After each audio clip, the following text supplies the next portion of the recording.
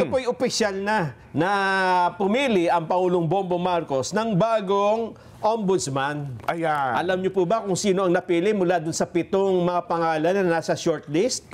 Walang iba kundi yung nasa dulo, yung nasa 1 to 6 parang wala. Number 7, si Justice Secretary Jesus Crespin Remulla. Ayan, no? Siya po ang bagong ombudsman na papalit kay Samuel Martires. Ayan. Na nag-retiro na noong July. Kailan ang effectivity ng kanyang panunungkulan?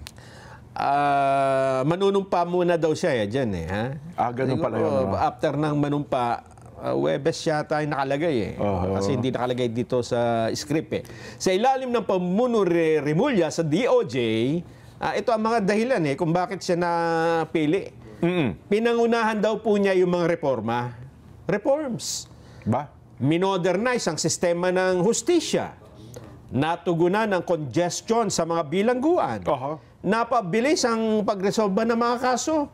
At napalawak daw po ang access sa legal services.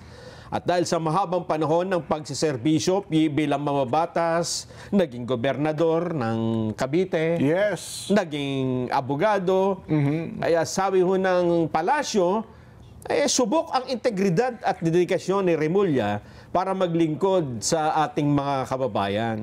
At tiwala po ang Pangulong Bongbong Marcos na sa pag-upo ni Remulla bilang bagong ombudsman, ay pananatilihin nito ang transparency, palalakasin ang mga hakbang laban sa korupsyon, at titiyakin na ang hustisya ay naipapatupad ng patas at mabilis. Wala daw pong sasantuhin, mga kababayan. Wala. Sino nagsabi nun? Si Secretary Boying o yun ang pagpapakilala sa kanya? Yung pagpapakilala sa kanya. Okay. Sige. Walang dapat santuhin dahil ang public office ay isang public trust. At ang mga magtataksil dito ay papananagutin. Kaya dun sa mga nagsasabing bakit yung mga kinakasuhan lang ngayon ay yung mga kung sino-sino. Bakit hindi dumadating, napupunta o nakakaabot dun sa dulo? Yung utak mismo dyan ng katiwalian. Bakit hindi doon napagtutuunan ng pansin? Wag ho kayong masyado mainip. Nandyan na si Ombudsman Boying Remulla. Siya na po ang sagot sa ating mga hinihinging katarungan. So talagang lahat Baka kasi ang pili ng iba, ilang tao lang ang papanagod din dyan. Wala ngang sasantuhin, sabi niya. Ang ibig sabihin ng walang sasantuhin, walang sacred cow. Walang ganon. Walang sisinuhin. Ayan. Walang madalis kong marinig ito Walang kinikilingan. Walang poproteksyonan.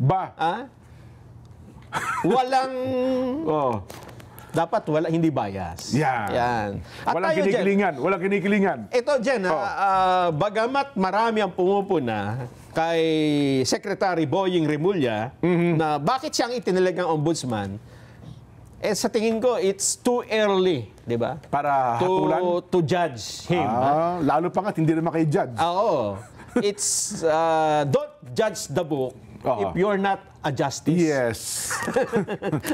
Kaya lang dyan ang problema, meron ding kasabihan Tama naman yung don't judge a person dahil nakita mo lang siya, first impression. Ang problema kung matagal mo nang kilala, di ba? Yung marami ng history na parang hindi gagawa ng patas. Ganun. Parang sabi mo, akala ko ba walang kinikilingan? Ba't parang may kinikilingan? Yun nga. Walang sisinuhin. Ba't parang may sinisino lang? Yun. Parang iba niya tinitignan sa tinititigan. Yun ang problema.